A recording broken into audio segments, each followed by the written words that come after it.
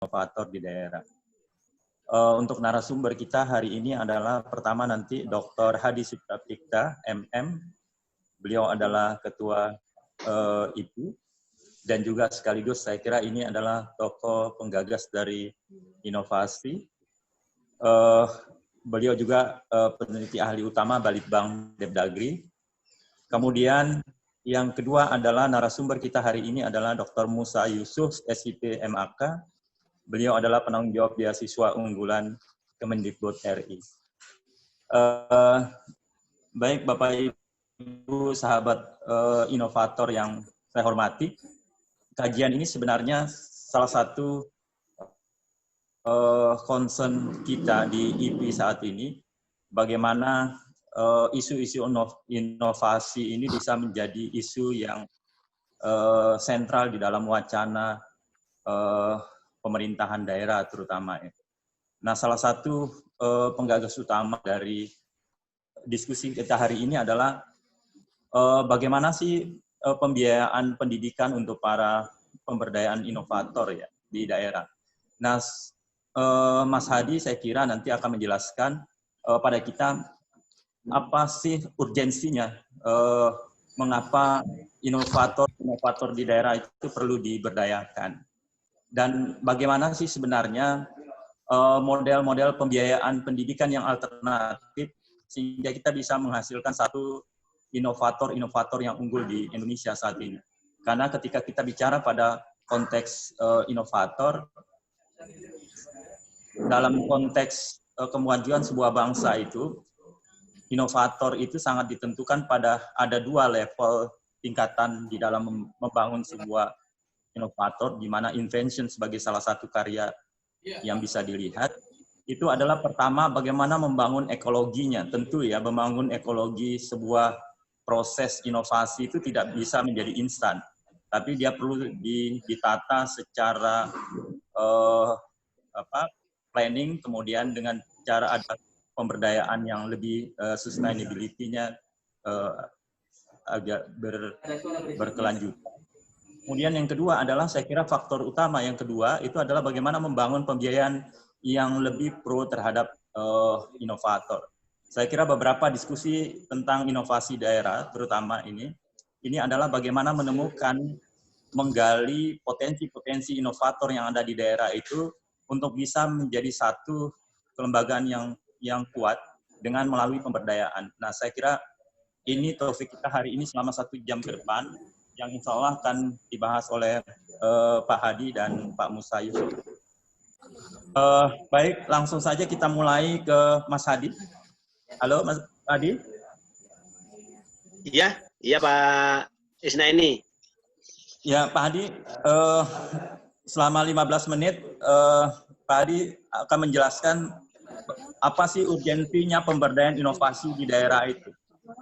Kemudian, bagaimanakah alternatif pengembangan melalui capacity building yang harus dibangun, kemudian model-model pembiayaan yang selama ini di dalam pemberdayaan inovator di daerah itu kira-kira sudah dalam konteks sejauh mana. Saya kira Mas Hadi akan menjelaskan tentang konteks inovator di daerah saat ini. Silakan Mas Hadi. Ya, terima kasih. Assalamualaikum warahmatullahi wabarakatuh. Selamat pagi semuanya. Sebelumnya mohon hostnya dipindah ke saya.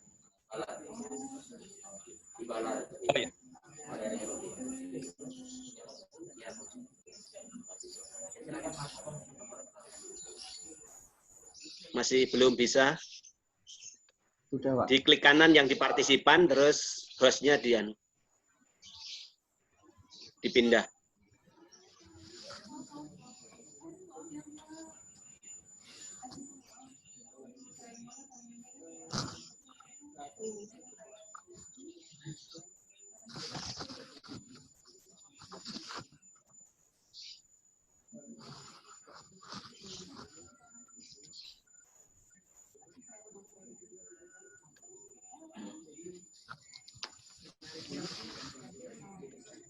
Ya, ini temanya Ini saya banyak yang mau masuk. Ada yang mau masuk. Jadi sebelumnya kita mulai perlu kita panjatkan puji syukur ya kehadirat Allah Subhanahu wa taala. Pada pagi menjelang siang ini kita masih diberi kesehatan, diberi kekuatan, ya diberi waktu kesempatan untuk masih bisa membahas hal yang menurut hemat kami ini sangat penting karena memang ini merupakan kebutuhan dari para inovator untuk bisa melanjutkan pendidikan dengan pembiayaan dari berbagai pihak termasuk LPDP dan Dikbud.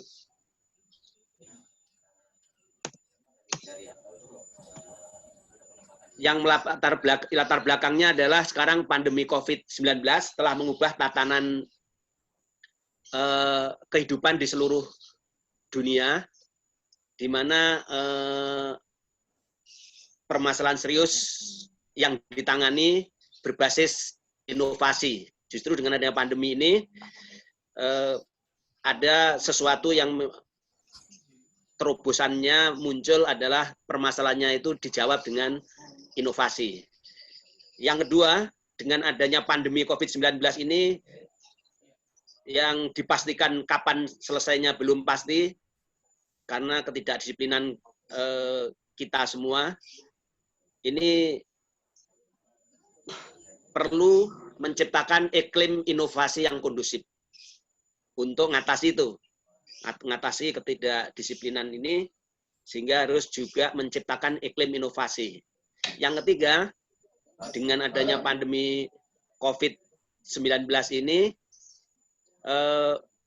menjadi wahana semua pihak untuk berinovasi guna menekan penularan beragam bentuk yang wujudnya adalah inovasi yang dilakukan pada masa pandemi ini. Termasuk tatkala nanti ada buka tutup new normal, tutup kembali, itu diharapkan ini membutuhkan koordinasi, kolaborasi pentahelik dan kerjasama para pihak, termasuk akademisi, bisnismen, government, community, dan media. Dan untuk memacu berbagai pemikiran kreatif tersebut perlu inovasi penyelenggaraan pendidikan juga di sini. Jadi inovasi pendidikan, penyelenggaraan pendidikan ini kaitannya dengan adanya pandemi. Di sisi lain ini dengan adanya pandemi ini juga ada perubahan struktural yang sangat cepat. Ini terkait dengan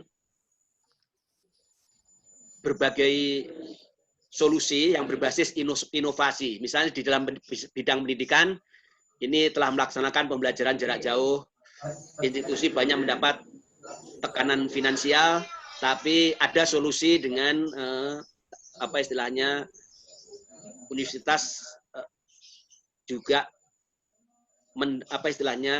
menurunkan biaya kuliah dan juga berbasis inovasi. Di bidang dunia kerja, ini juga apa istilahnya? Ini saya sambil admit sambil masukin yang di ruang tunggu karena banyak ini sehingga ya mungkin ada kohasnya ya. Karena muncul terus ya. Berikutnya ini di bidang dunia kerja ini kita tahu bahwa kaitannya dengan pandemi ini mempercepat akses digital di semua industri dan tekanan lebih besar ini untuk mempengaruhi keterampilan, misalnya diperlukan juga cyber security dan adanya berikutnya ini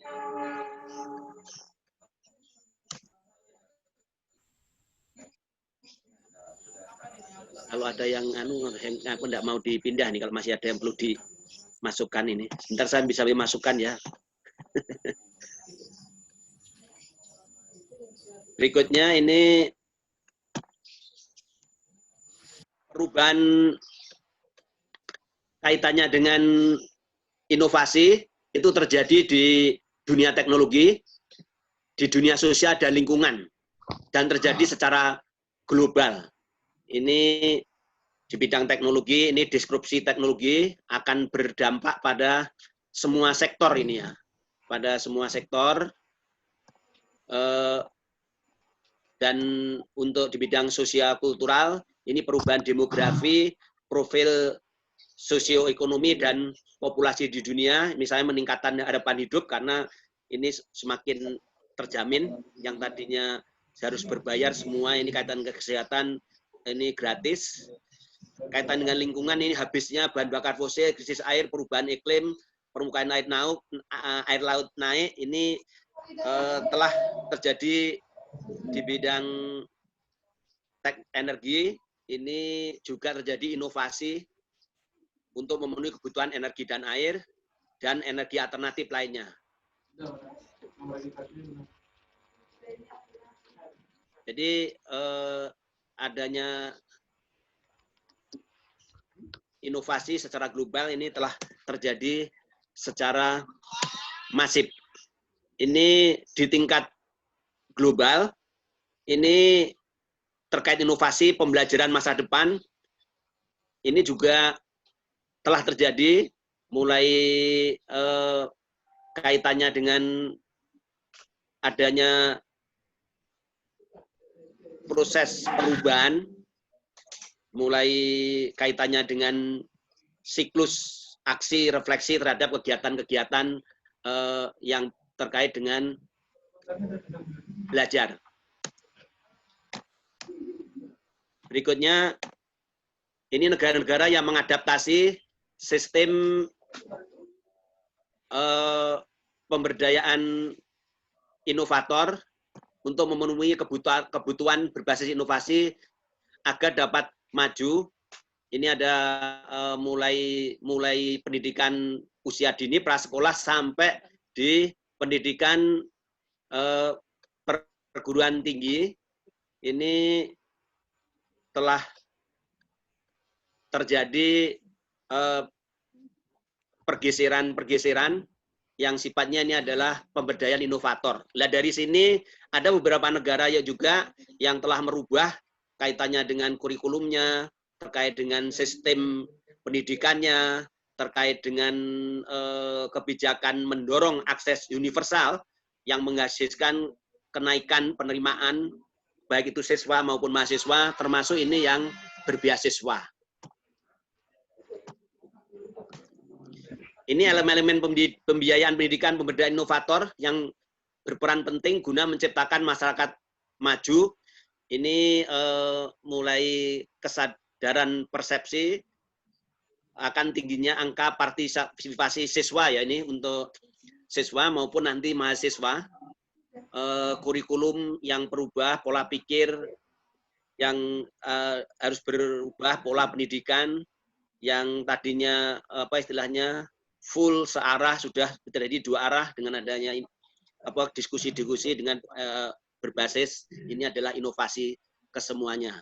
Sehingga ke depan ini masyarakat inovatif maju yang kompeten dan sejahtera, di mana dalam memenuhi belajar sepanjang hayat, baik formal, informal maupun non formal, ini di sana masih juga termasuk inovator perlu pembiayaan pendidikan untuk pemberdayaan inovator, karena memang ini inovasi adalah merupakan jawaban.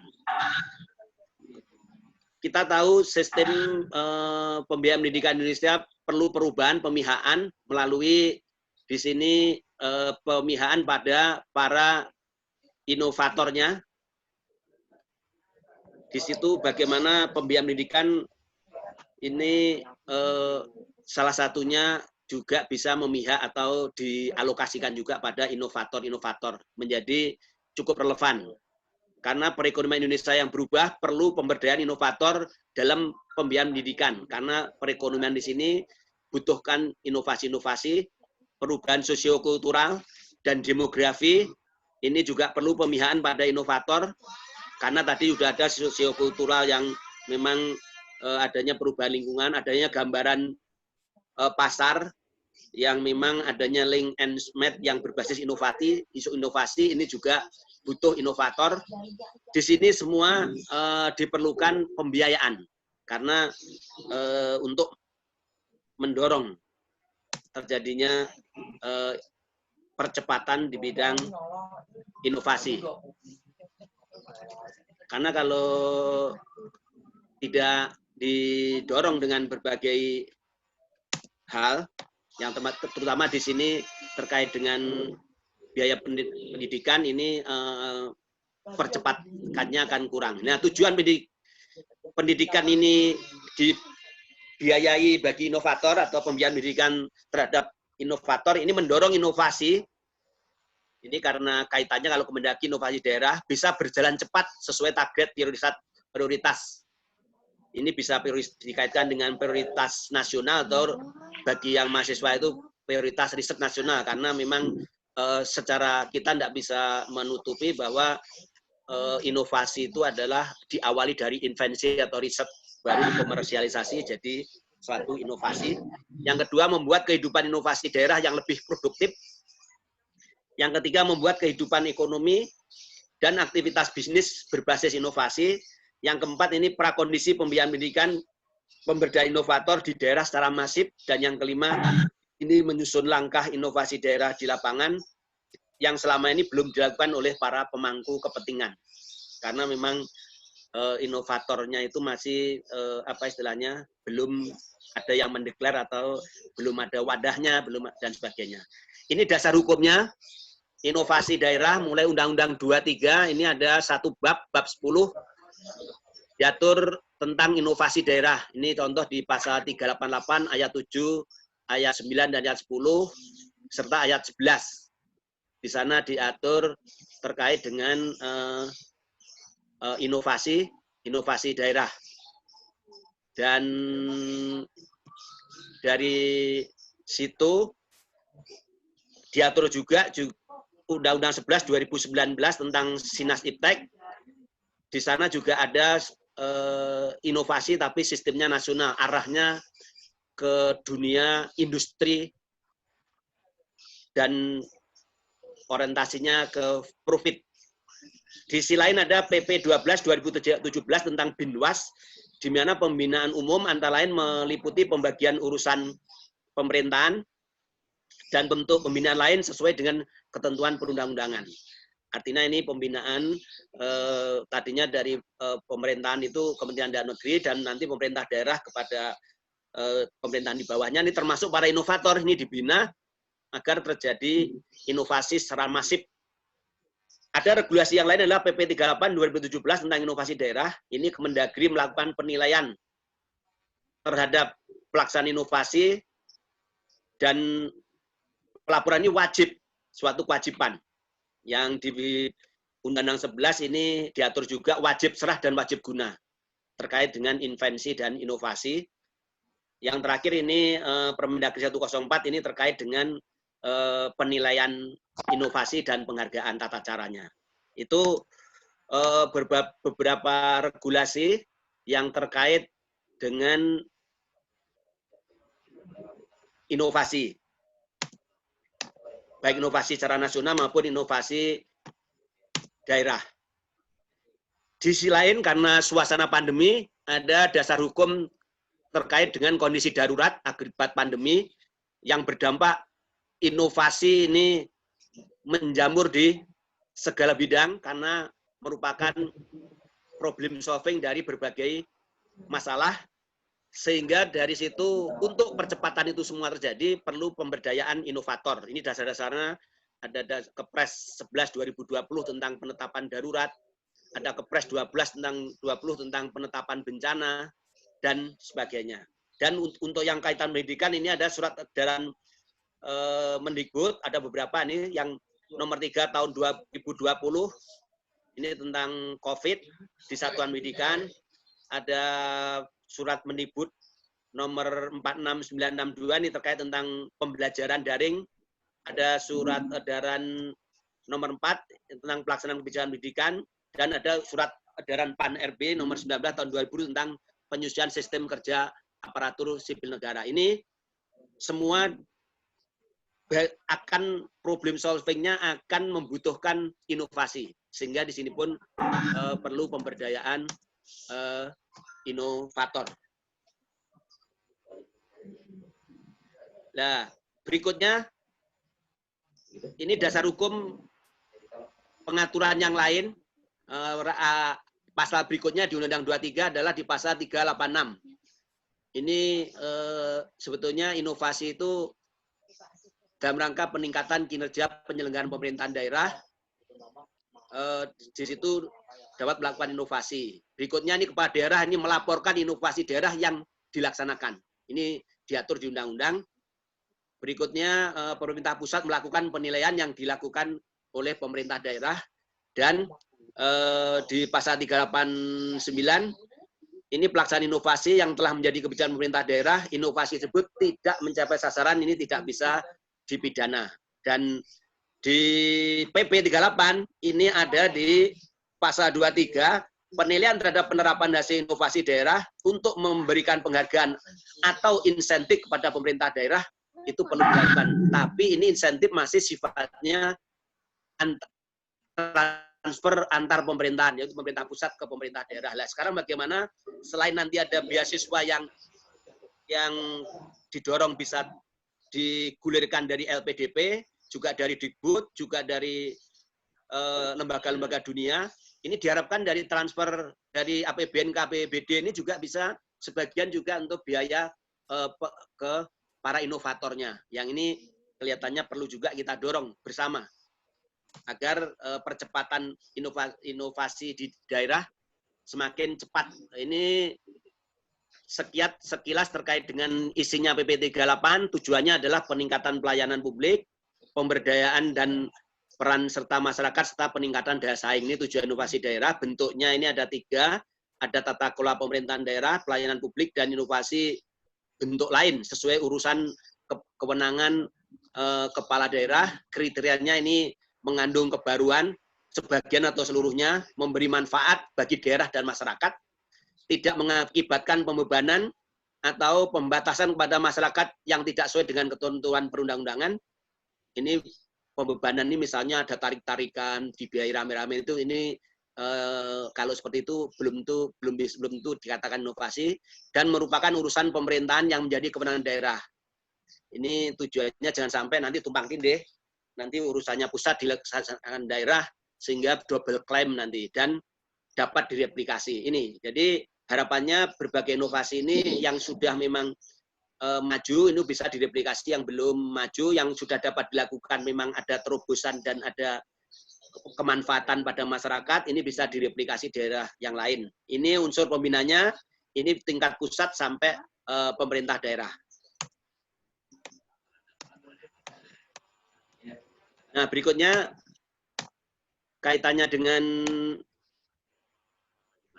usulannya, inisiatifnya itu bisa dari kepala daerah, anggota DPRD, ASN, perangkat daerah, dan anggota masyarakat. Cuman transfer yang terjadi masih antar pemerintahan dari APBN ke daerah. Pada seharusnya siapapun inisiatifnya, termasuk ASN secara individu maupun anggota masyarakat secara individu, seharusnya bisa mendapat beasiswa dan sebagainya. Ini sampai sekarang belum dilakukan.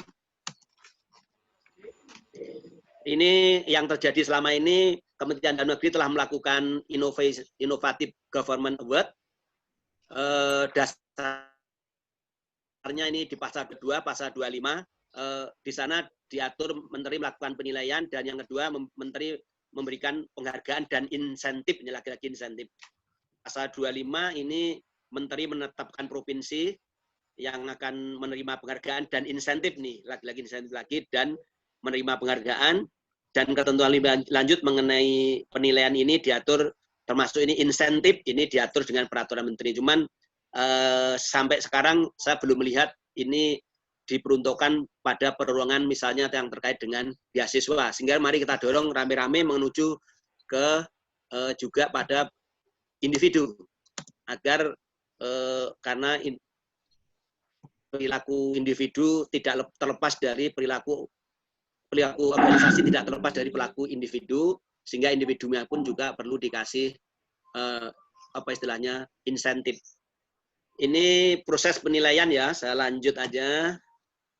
ini daerah-daerah yang telah mendapatkan penghargaan sesuai dari Kemendagri. Yang terinovatif ada Jawa Tengah, Jawa Barat, Sumatera Barat, DKI Jakarta, Riau. Kota terinovatif ini ada 10. Ini ada Denpasar, ada Bogor, ada Bontang, ada Malang, Cimahi, Bandung. Sehingga sebetulnya ini daerah-daerah ini bisa kita dorong untuk memberikan insentif pada individu. Kabupaten ini misalnya Banyuwangi, Kulon Progo, Malang, Situbondo, Agam, Musirawas, Hulu Sungai Selatan, Bogor, Padang. Nah ini di terdekat ini Kabupaten Bogor dapat dan Kota Bogor dapat. Termasuk di DKI Jakarta juga dapat. Sehingga kita bisa mendorong agar juga bisa mengalokasikan. Di samping nanti dari Kemendikbud, termasuk dari funding-funding SPDP maupun luar negeri, ini bisa juga dialokasikan untuk para inovator. Ini aplikasi yang sudah disiapkan di Kemendagri yang dapat direplikasi. Ada pendidikan di bidang pendidikan ini, layanan pendidikan dikembangkan untuk mendorong keterlibatan orang tua, masyarakat dan sekolah dalam melakukan proses belajar mengajar, termasuk di sini administrasi sekolah dan rapor online, sehingga pihak-pihak yang berkepentingan ini di sini dapat memanfaatkan dengan optimal, termasuk ini data Dapodik, termasuk di pendidikan ini adanya zonasi, ini semuanya terkoordinasi juga di, selain inisiatifnya itu ada di Kemendikbud, ini data centernya di Kemendagri juga ada, karena ini yang siap direplikasi bagi daerah-daerah yang belum melakukan misalnya zonasi, belum melakukan penyediaan informasi tentang administrasi sekolah dan rapor online dan sebagainya. Ini bisa mereplikasi yang ada di kantor saya ini di bidang pendidikan. Di bidang kesehatan misalnya meliputi pendaftaran puskesmas, administrasi puskesmas, operasional puskesmas, data dan informasi seputar data pasien di rumah sakit, tenaga kesehatan, farmasi, kesediaan ruangan di rumah sakit, kesediaan poli-poli rawat jalan di rumah sakit, pendaftaran pasien dan sebagainya. Ini layanannya sudah ada di Kemendagri, aplikasinya bisa diaplikasi termasuk tenaga kerjaan yang apa yang diundangkan di Omnibus Law itu kemarin sudah diterapkan di aplikasi ketenaga kerjaan, termasuk perizinan yang ada di Omnibus Law ini sudah diterapkan di yang tidak banyak izin, ada di apa istilahnya yang tadinya izin harus berbelit-belit sampai bertahun-tahun tidak selesai, 4 bulan, 5 bulan, sekarang sudah didorong izin itu bisa jam-jaman, kalau lengkap persyaratan itu bisa selesai, kalau tidak lengkap nanti itu tidak balik, tapi data tetap disimpan di sistem, baru nanti tatkala kita melengkapi sambil jalan itu langsung keluar, tidak mentah kembali lagi dan sebagainya. Komoditi, ini kaitan dengan harga komoditi untuk mengurangi kaitannya dengan ketimpangan harga antar daerah atau inflasi daerah. Ini Dukcapil kaitannya nanti adanya percetakan KTP yang bisa dicetak nanti ke berbagai mal-mal. Kaitannya dengan aspirasi ini nanti DPRD bisa menjalin aspirasi ke masyarakat dengan murah dan mudah, yang tidak harus aplikasinya udah sampai ke RT RW, itu bisa juga di replikasi. Nah, ini daerah-daerah yang sudah melakukan apa istilahnya yang bisa direplikasi oleh daerah. Aplikasinya ada 13 layanan ya, mulai tadi perizinan, pendidikan, kesehatan, tenaga kerja, adminduk, perdagangan, layanan DPRD, ketrantip, dan bencana ini sekarang ini, termasuk ini database kemiskinan, bidang pariwisata, perizinan, perhubungan, administrasi pemerintahan. Ini mulai dari musrenbang, dan ini bagaimana ini mulai perencanaan langsung terkoneksi sampai penganggaran. Begitu termasuk pelaporan, sehingga tidak susah-susah setiap bikin laporan lagi, di sini sudah muncul laporannya. Ini adalah hal-hal inovasi yang telah terbangun dalam bidang pemerintahan itu. Yang ini sudah tersusun ya sudah 3 tahun ini. Ini peta pembinaannya, contoh di Sumatera dan Jawa ini 11 provinsi di wilayah Sumatera dan Jawa telah memiliki skor dan kategori sangat inovatif dengan total inovasi yang terkumpul adalah 11,48 inovasi dan 14,3% inovasi pemerintahan provinsi, tapi ada 2 provinsi yang belum. Nah, dari sini kan kita bisa membina apa? Karena sudah ada data-data semuanya. Ini ada di Kalimantan, Bali, dan Nusa Tenggara, ada Sulawesi, ada Maluku, dan Papua. Di sini peta pembinaannya apa? Sudah ada di dashboardnya Kementerian Dalam Negeri, termasuk ini setiap data di kabupaten kota yang ada di 500 sekian kabupaten kota, pembinaannya apa di sini sudah muncul untuk kaitannya dengan inovasi. Berikutnya ini kontribusi dari dunia industri dan swasta masih dibutuhkan untuk memajukan pendidikan dengan pembiayaan pemberdayaan inovator di Indonesia, di mana memang biaya pendidikan yang selama ini banyak masyarakat kita yang belum bisa belum mampu untuk membiayai sendiri. Ini memang butuh keterlibatan dunia industri, swasta, termasuk pemerintah. Ini data di 2015 sampai 2019.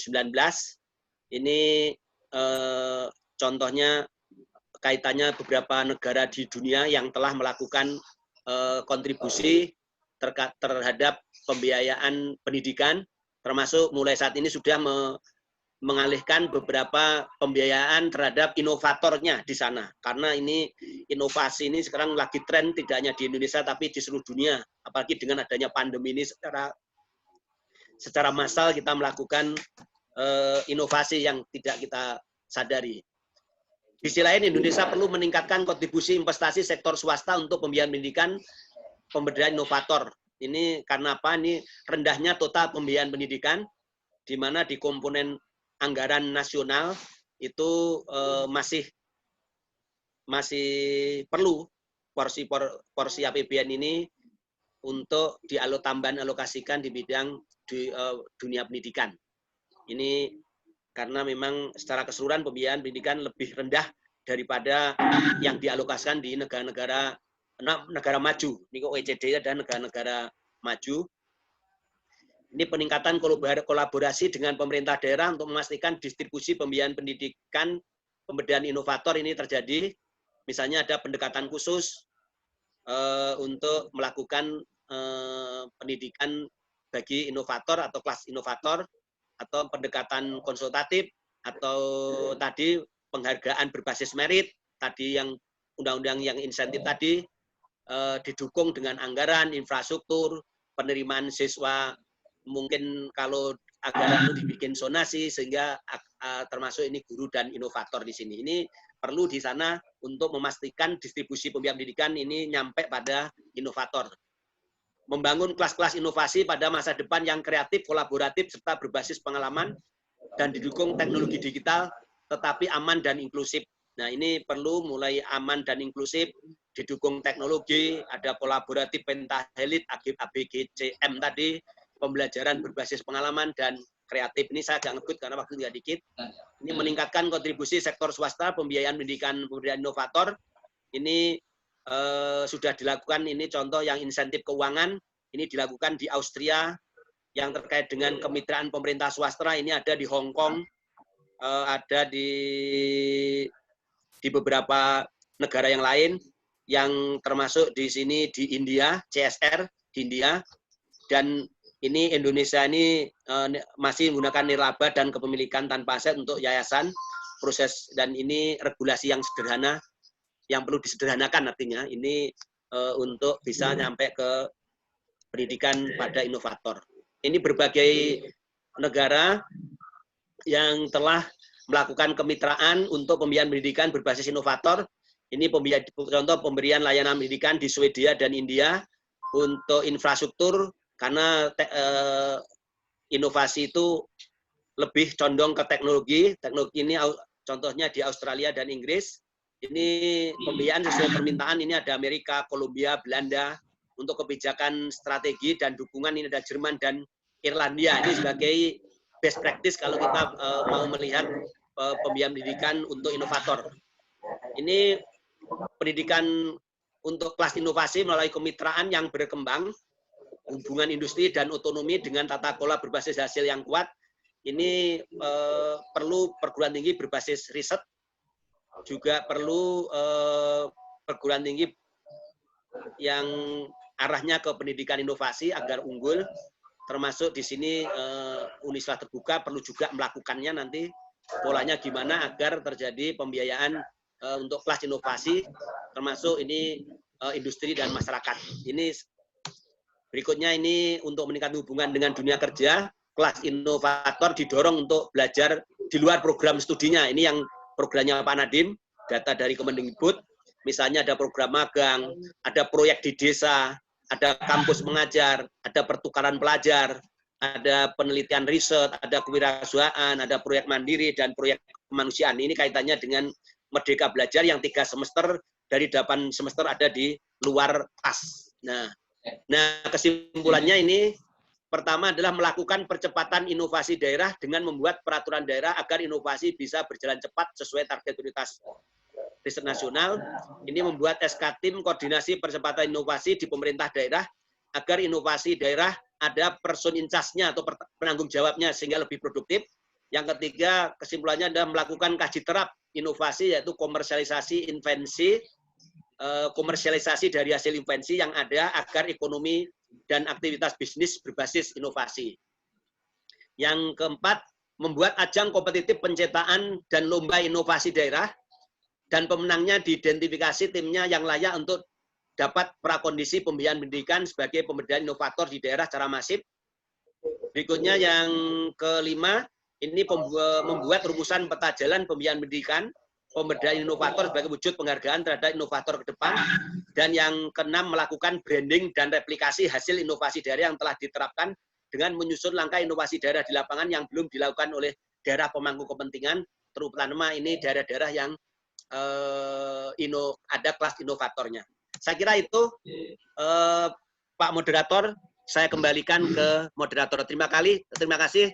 Billahi taufiq wa hidayah. Wassalamualaikum warahmatullahi wabarakatuh. Nanti dilanjutkan dengan tanya jawab.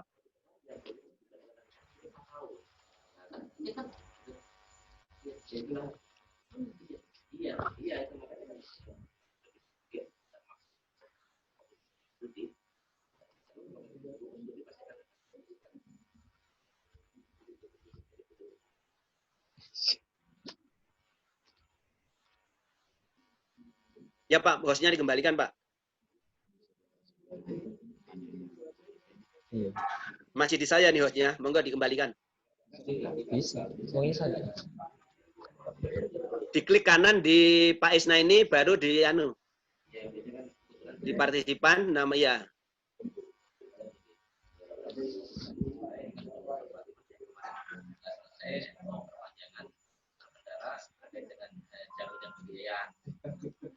Kami yang sudah bisa diselesaikan. Jadi makanya kan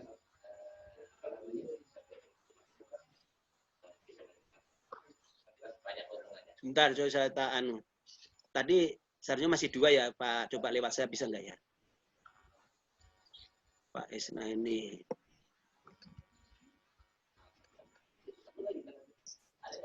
semakin memotivasi kita dan lebih bisa.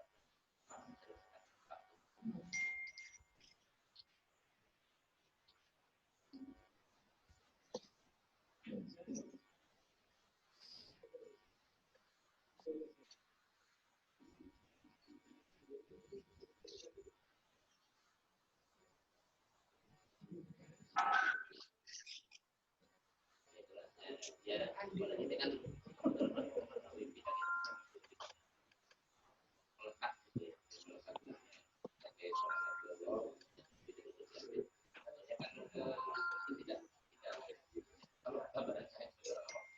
Halo, ya. Ya, sudah Pak. Ya, terima kasih Pak Hadi. Ya.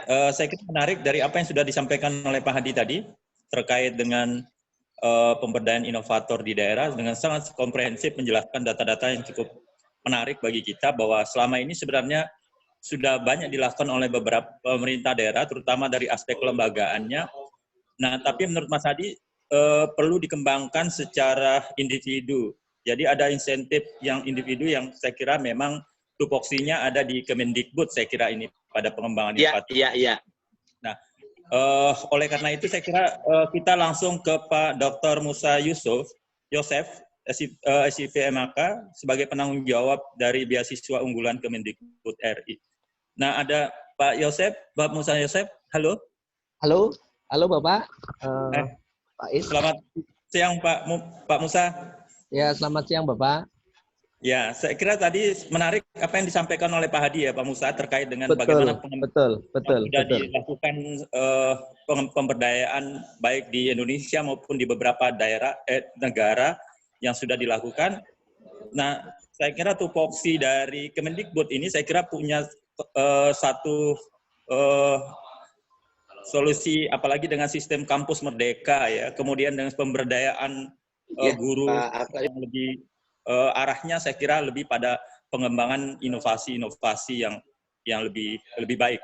Nah, saya mohon waktu 15 menit Pak Musa Yosef untuk menjelaskan kerangka pengembangan SDM ke depan Indonesia ini terutama dengan pemberdayaan inovator di daerah. Monggo. Ya. Silakan Pak Musa Yosef. Mohon izin bisa saya share screen? Oke. Oh ya, saya akan sudah. Saya akan coba untuk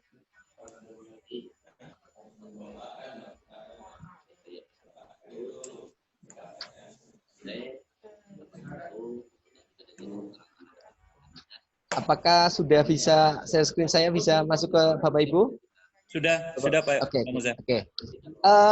Mohon izin Pak Is dan Pak Hadi, saya diberi kesempatan untuk diskusi pada pagi menjelang siang hari ini.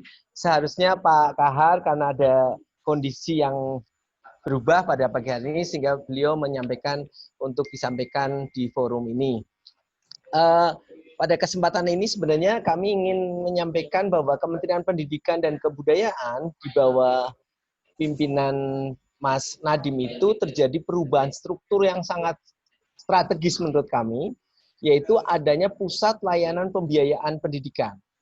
Nah, Pusat Layanan Pembiayaan Pendidikan itu ada 3 unsur, bahkan 4 unsur yang ada di dalamnya terkait dengan tadi, inovasi atau penginovasi bagi sumber daya manusia untuk bangsa Indonesia atau di daerah. Yaitu pertama adalah kita tahu adanya PIP, Program Indonesia Pintar, atau KIP. Nah, yang kedua adalah Kartu Indonesia Pintar Kuliah. Ini juga dalam satu wadah. Yang ketiga, yaitu beasiswa unggulan. Dan yang keempat juga ada beasiswa adik, afirmasi pendidikan tinggi juga ada di sana. Artinya, yang akan saya diskusikan adalah bagian kecil dari program SDM di beasiswa unggulan, tetapi secara umum formatnya hampir sama. Jadi saya akan mengambil satu titik ini yang saya ada di dalamnya, namun tercermin dari 4 aspek yang tadi saya ungkapkan di bawah pengendalian Pusat Layanan Pembiayaan Pendidikan. Nah, kalau berbicara beasiswa unggulan, pastilah kita tahu akan arti unggul. Kemarin kami juga diskusi pada forum yang hampir sama. Nah, kami melihat bahwa di daerah itu sudah terjadi ini.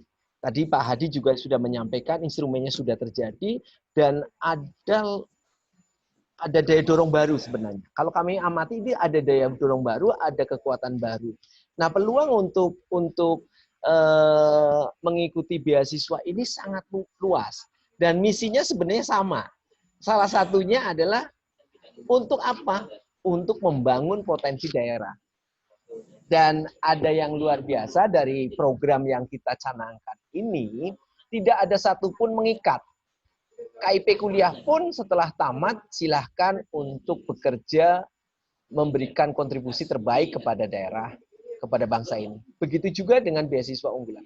Kami tidak memberikan ikatan. Kenapa? Supaya terjadi hal baru. Supaya terjadi hal baru atau terjadi inovasi baru. Nah, inilah yang mendasari kita di dalam memberikan daya dukung, memberikan daya dorong tadi. Ada masyarakat civil society atau critical mass itu harus saatnya dibangun. Kalau pemerintah saja tadi, kalau kita melihat pemerintah itu sangat birokratis, sangat kaku. Tetapi kalau masyarakat itu akan memberikan suasana baru. Ada pentahelik di sana.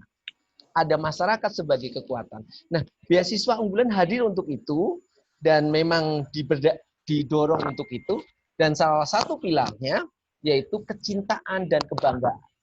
Memang bahasanya agak sedikit melankolis, tapi sebenarnya kengeriannya adalah lo anak muda, lo harus memberikan sesuatu yang luar biasa bagi bangsa ini. Itu. Kita tahu bahwa kita belum ada wajib militer, tapi dengan cara seperti ini, dengan cara pendekatan persuasif seperti ini, memberikan kesempatan yang luas. Bapak Ibu, rekan-rekan semua, beasiswa unggulan ini didedikasikan keunggulan bukan pada satu aspek. Bukan hanya kemampuan akademik. Memang kemampuan akademik untuk mengikuti perkuliahan. Tetapi kami melihat unggul itu dari berbagai sisi. Sisi akademik dan non-akademik. Non-akademiknya monggo, terbuka sekali. Nah, berarti orang-orang aktivis, orang-orang yang peduli di daerah perlu didorong, perlu diberi kesempatan. Ya, tetapi saya sangat setuju dengan Pak Hadi, harus diberikan award atau harus diberikan pengakuan agar pada saat mencalonkan beasiswa unggulan mereka tercatat bahwa yang bersangkutan telah berkontribusi di daerahnya. Nah, ini menarik sekali sehingga anak-anak muda itu ke depan punya peluang, punya harapan, punya motivasi untuk memberikan kepiawaiannya kepada negara dan bangsa. Nah, secara khusus sebelum beasiswa unggulan di Pusat Layanan Pembiayaan Pendidikan, itu ada kekhususan beasiswa unggulan bagi 3T. Namun karena di Pusat Layanan Pendidikan itu sudah ada beasiswa afirmasi yang jumlahnya cukup besar, hampir lebih dari 1.000, dan juga KIP kuliah juga sangat besar, sehingga masyarakat berprestasi ini kami segmennya bukan segmented yang besar, segmented keunggulan. Segmented untuk berkompetisi, menghasilkan karakter-karakter baru sebenarnya di sana. Inilah hal yang dibangun di tahun 2020, sehingga tahun 2020 kok tidak ada beasiswa untuk 3T, karena 3T sebenarnya sudah dialokasikan sendiri. Namun, apakah juga beasiswa unggulan memberikan perhatian kepada 3T? Tetapi kita berikan dalam proses penjaringannya itu. Kenapa kita tahu sebaran penerima atau asal itu kami masih miris untuk Indonesia Timur, Bapak Ibu. Masih didominan di Jawa. Sulawesi sekarang trennya mulai naik. Tetapi kalau untuk Ambon, NTT, Papua itu masih hitungan jari. Sedangkan Sumatera Utara, Medan, Padang itu sudah mulai. Palembang sudah mulai. Nah, sebaran ini tidak bagus. Nah, kalau kita melihat perguruan tingginya pun masih didominan perguruan tinggi yang ada di Jawa. Beasiswa unggulan tidak mengenal negeri dan swasta. Tetapi yang dikenal adalah akreditasinya baik. Kami menetapkan akreditasi institusinya B. Sehingga negeri dan swasta diberi kesempatan. Untuk apa? Kalau perguruan tinggi ini tidak didorong, harus mengutamakan yang sangat baik dan negeri, itu akan kerepotan. Sehingga kita buka negeri dan swasta. Nah, kalau klaster 3-nya pun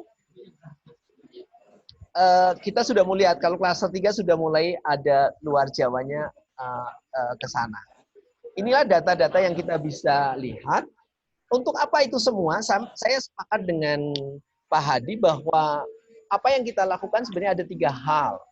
Yang pertama adalah mendorong anak muda supaya berpikir di luar kebiasaan. Atau daerah itu mampu memberikan warna baru. Dia tidak bisa hanya menunggu atau tidak bisa hanya berlatih standar. Kita harus berlatih yang berubah. Bagaimana melakukan inovasi baru, ini yang kita menjadi tantangan kita bersama.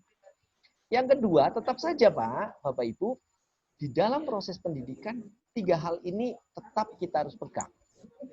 Ada kefokusan, ada detail, dan konsisten. Sehingga kalau anak-anak yang atau dari para aktivis atau olahragawan, dia itu kita tuntut. Ada baseline yang kita tuntut, yaitu apa? Baseline kita ada di untuk S2, untuk masuk ke S2 kita baseline-nya 3,25. Aduh Pak, ini tinggi banget untuk aktivis. Nah, mohon maaf, ini ada, kalau olahraga biasanya fakultasnya olahraga dan lain-lain. Nah, 3,25 menurut Pak Kapus ini sudah mendekati umum. Jadi kita ambil di 3,25. Nah, di detail inilah yang kami harus melihat satu persatu. Persebarannya, kita melihat karakternya, dan seterusnya. Konsisten juga, kami tetap berkonsisten kepada anak-anak muda berprestasi. Ini yang tadi saya harus berulang-ulang pada kondisi ini.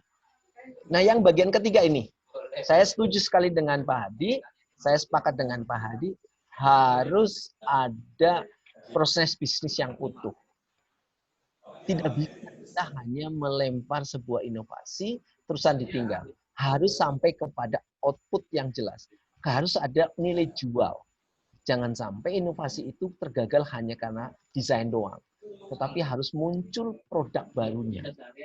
Nah, kami membiasakan di beasiswa unggulan terhadap 3 karakter dasar ini yang mendorong untuk terjadi percepatan atau perubahan dalam tantangan dunia yang saat sekarang.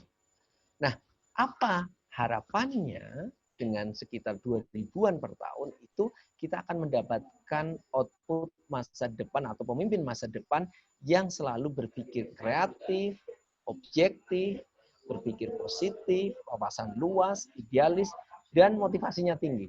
Inilah harapan kita semua untuk para pemimpin-pemimpin masa depan. Sehingga 2.000 orang ini per tahun ini harapannya akan terjadi percepatan.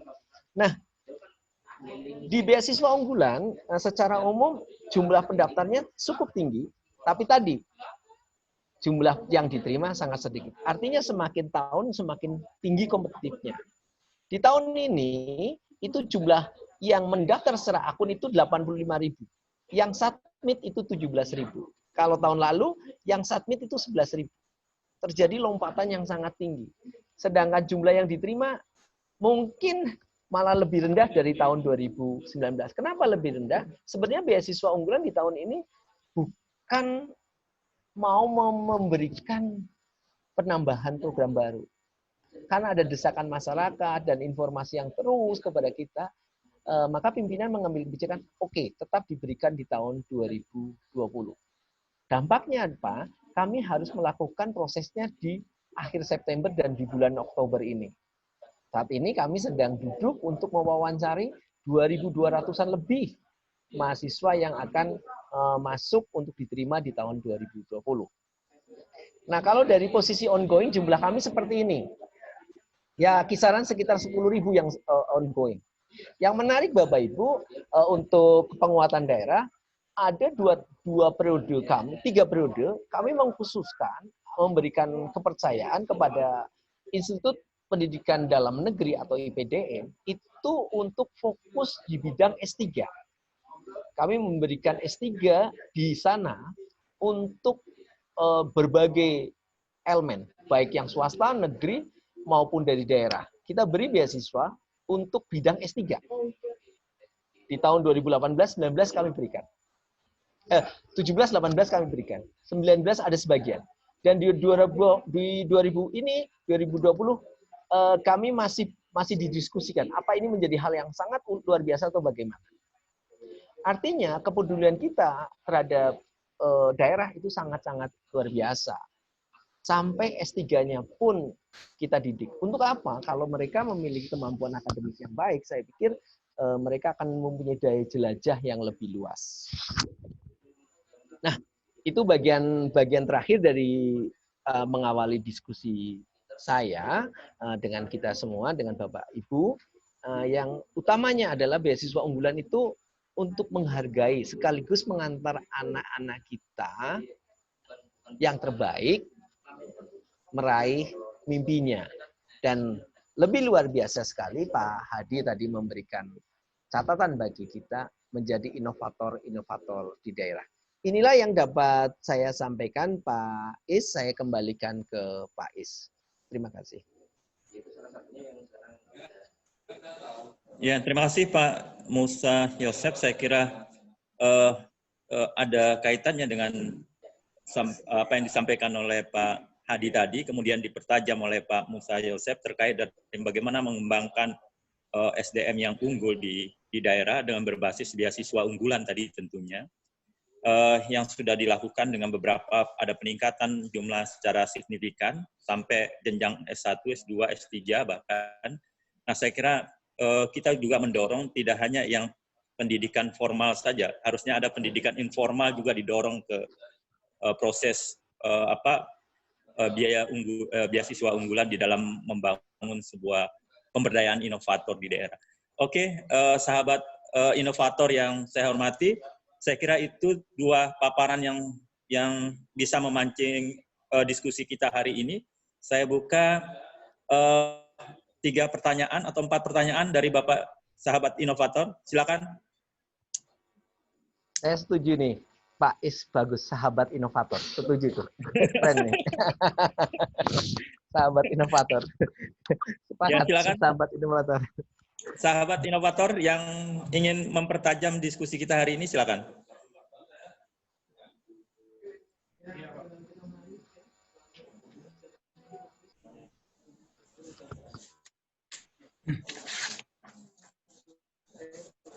Halo. Assalamualaikum. Waalaikumsalam. Silakan. Silakan.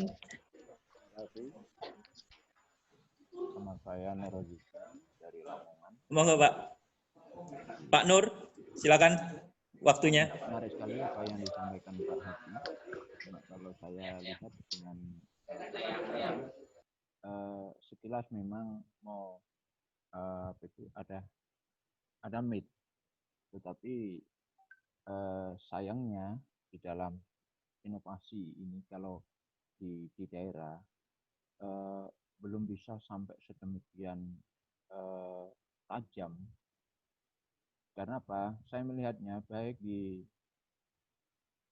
Departemen Dalam Negeri maupun di Kementerian atau Departemen Pendidikan, bahwa kepemimpinan pemerintah kita ini saya sama, yaitu kepemimpinan tugas. Peluang-peluang untuk beasiswa pun juga sampai saat ini Pak Musa perlu diketahui, kalau sudah selain dari mahasiswa loh, itu sangat tertutup sekali peluang untuk masyarakat. Ya, kita tahu-tahunya ada pejabat A, B, ini tahu-tahunya punya S2, ternyata dari beasiswa yang secara diam-diam itu. Ini seringkali setiap tahun akan terjadi seperti itu. Ini. Kemudian, pola manajemen inilah yang semestinya harus perlu ditinjau ulang, atau mungkin sistem pengawasannya atau datanya yang lebih diperbaiki, supaya apa? Masyarakat ini juga ikut merasakan. Masyarakat bisa ikut merasakan, karena sampai saat ini masyarakat masih hampir tidak ada kesempatan untuk mencari, jangankan ikut, Mbak. Dapat informasi saja nggak pernah itu kalau para kepala UPT, UPD itu ya mendengar. Cuma kalau masyarakat jarang banget, hampir tidak pernah. Ini yang pertama. Terkait yang kedua adalah tentang inovasi tadi. Bahwa inovasi, saya sepakat dengan tidak lagi tertutup kemungkinan siapapun kalau punya kapasitas, punya kemampuan, itu akan diperhatikan untuk penghargaannya sebagai inovator-inovator. Nah, sampai hari ini karena ini programnya dari pemerintah, kecenderungannya adalah kalau di bawah itu ya dinikmati orang-orang pemerintah. Sehingga inovator-inovator yang ada di luar pemerintah ini jarang banget diperhatikan. Nah, ini sebuah tantangan saya kira untuk dari kedua kementerian ini, baik Kementerian Dalam Negeri maupun Kementerian Pendidikan yang sebagai kementerian sektoralnya, saya kira ini. Dua hal itu saja yang saya sampaikan dulu. Terima kasih, kurang lebih mohon maaf. Assalamualaikum warahmatullahi wabarakatuh. Iya, terima kasih Pak Nur. Ada 2 pertanyaan Pak untuk Pak Musa ya. Pertama, akses beasiswa bagi masyarakat selama ini belum dapat diakses secara lebih terbuka dan termasuk informasi-informasinya. Kemudian yang kedua, inovasi sebenarnya lebih banyak ke orang-orang pemerintahan. Nah, saya kira Pak Nur mencoba untuk melakukan sebuah gimana kalau misalnya ada tawaran beasiswa alternatif untuk masyarakat-masyarakat di pedesaan misalnya, atau masyarakat-masyarakat yang dalam kategori tidak mampu yang tidak bisa diakses oleh pendidikan formal misalnya. Saya kira itu. Silakan Pak Musa Yosef untuk menjelaskan. Mas Hadi juga nanti menambahkan. Silakan. Ya, makasih Pak Is dan Pak Nur. Yang jelas pasti kami akan melakukan perubahan tadi. Sosialisasi belum masif, kayak gitu ya. Sosialisasi belum masif. Sebenarnya kami melakukan beberapa model. Yang pertama jelas kami menggunakan by system online. Artinya kita sosialisasi melalui web. Untuk tahun ini memang ada sedikit hambatan karena sangat mepet. Ya, tahun ini akan sampai kami. Nah, cara kami mensosialisasi apa? Langsung kepada kami memiliki forum penerima beasiswa unggulan seluruh Indonesia. Dan mereka itu mensosialisasi melalui jalur-jalur yang mereka miliki. Tetapi betul, ada hambatan Pak, kalau hambatan di daerah sana itu nggak ada listrik, nggak ada internet, itu pasti punya masalah. Nah ini penguatan bagi kami untuk dilakukan perubahan, agar di daerah-daerah pun akan mendapatkan informasi yang sama. Jangan sampai ada kalau yang memiliki jaringan internet pasti akan mengetahui informasi ini, karena secara masif sosial media kita itu diberikan. Tapi kita menyadari bahwa tidak seluruh bangsa di negara kita itu semuanya terfasilitasi dengan internet. Terima kasih Pak Nur, nanti kami akan perbaiki pola sosialisasinya. Yang jelas, program beasiswa unggulan, program KIP kuliah itu diperuntukkan untuk masyarakat. Diperuntukkan langsung untuk masyarakat. Untuk apa? Tadi saya sepakat dengan Pak Hadi untuk mendorong perubahan atau inovasi di daerah. Itu sih mungkin Pak Hadi akan menambahkan di bagian yang kedua. Monggo Pak. Ya, silakan Pak Hadi. Halo, silakan Pak Hadi. Kalau ingin menambahkan. Ya, terima kasih. Terima kasih Pak Isna ini waktu yang diberikan. Ya, jadi harapan kita, apa yang disampaikan oleh Pak Musa tadi, memang nanti perlu pelibatan yang ke masyarakat ini, misalnya dengan organisasi profesi ke depan. Jadi seperti apa istilahnya pentahelik tadi kan, bagaimana terjadi kolaborasi. Pentahelik itu tidak hanya dalam hal proses tanggung jawab yang memberi, tapi juga mensosialisasikan di sana. Artinya memang mulai dari proses tadi, proses dari bagaimana tanggung jawab kalau sosial, kalau kaitannya dengan perusahaan, tanggung jawab sosial terhadap masyarakatnya, misalnya memberikan itu bagi yang swasta, bagi yang pemerintah APBN, nanti juga ada yang dari apa istilahnya luar negeri dan sebagainya. Ini diharapkan nanti pelibatan pentahelik, termasuk di sini adalah organisasi profesi, nanti akan semoga dalam waktu yang tidak lama Pak Nur ini bisa terjadi, karena biasanya kalau sudah genderang kita mulai gulirkan kayak gini, ini berikutnya akan ada tindak lanjut dari para pihak yang terkait. Walaupun tindak lanjut ini kita harapkan bisa dengan cepat. Yang kedua, ini kaitannya dengan harapan kita ke pemerintah daerah yang penerima insentif inovasi, karena dananya juga besar yang dialokasikan. Ini kita dorong Pak Nur, bagaimana ada juga nanti insentif, jadi tidak hanya dari Dikbud, ada nanti insentif yang transfer dari APBN ke APBD. Ini Dinas Dikbud juga mengusulkan alokasinya, ini tergantung usulannya kan kalau sudah gitu. Ada Dinas Dikbud yang mengalokasikan untuk beasiswa juga, termasuk pendidikan non formal seperti akademi desa ya Pak, akademi desa yang sekarang digalakkan oleh Kemendes, yang sebetulnya itu tidak berijazah formal, itu hanya meningkatkan itu mungkin, tapi apakah bisa disebut beasiswa atau mungkin apalah namanya, tapi kalau seperti postdoc saya apa istilahnya postdoc teman-teman kita, dan itu namanya beasiswa juga, nggak lama, mungkin identik dengan itu, tapi itu formal kalau postdoc. Tapi kalau yang informal ini kelihatannya perlu dirumuskan pola informal ini agar dapat beasiswa, karena ini tidak lazim. Tapi dengan adanya apa istilahnya genderang bahwa sudah ditabuh, memang itu adalah perintah dari beberapa undang-undang dan tinggal turunannya aja mendaratkan di level permen, itu saya kira nanti bisa juga segera terwujud Pak Nur. Cuman perwujudan ini bisa juga cepat, bisa juga lambat, tinggal bagaimana para pihak, kalau di daerah ya Pak Nur nanti yang bisa ngawal untuk mengalokasikan, apalagi Pak Nur ada di dua kaki nih, selain ada di Sekretaris Desa, yang juga diperbantukan juga di Dikbud, nanti bisa mengawali untuk mengalokasi ini, nanti kita jadikan model Pak. Jadi insentif yang dari Kementerian Keuangan kemarin itu dapat di sana bisa mulai di polanya seperti apa, nanti kita tinggal mereplikasi dijadikan model secara nasional kalau informal. Itu kira-kira Pak, saya kembalikan ke Pak Isnain.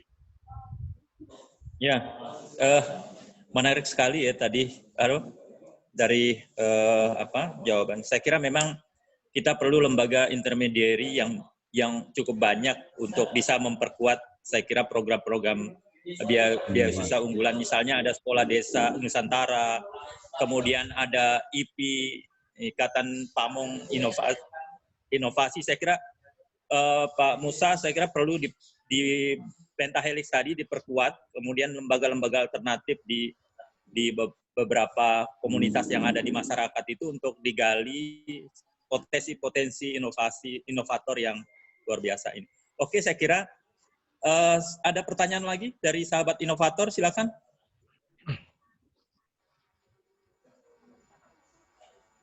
Monggo, silakan sahabat inovator untuk bertanya atau segala teknis yang terkait dengan tadi beasiswa unggulan dari Pak Musa juga silakan.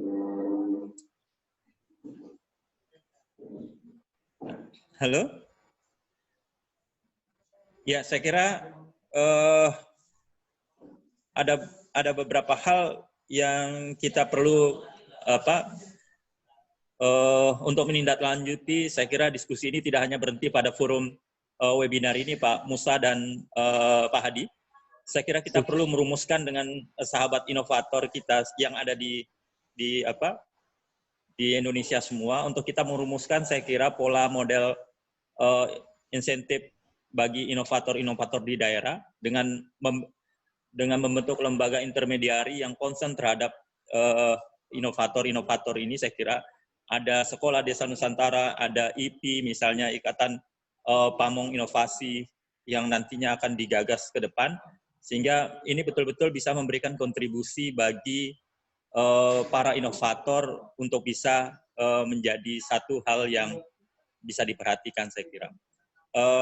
Kalau tidak ada pertanyaan, saya kira terima kasih kepada Pak Musa Yosef dan Pak Hadi. Saya kira dari diskusi kita pagi ini, saya kira memang ada satu benang merah yang coba kita tarik dari beberapa diskusi kita. Sebenarnya pertama adalah Indonesia punya komitmen ke depan di dalam membangun kesadaran kolektif masyarakat untuk menciptakan para inovator-inovator. Tidak hanya menciptakan, tetapi mencoba untuk melakukan sebuah akselerasi di dalam mempercepat lahirnya inovator-inovator yang unggul bagi SDM di Indonesia. Nah, salah satunya saya kira peran strategi masyarakat yang concern terhadap para inovator ini saya kira perlu didorong oleh para pihak, terutama dengan pentahelix tadi, memperkuat pentahelix di dalam melakukan sebuah penguatan pemberdayaan inovator di daerah.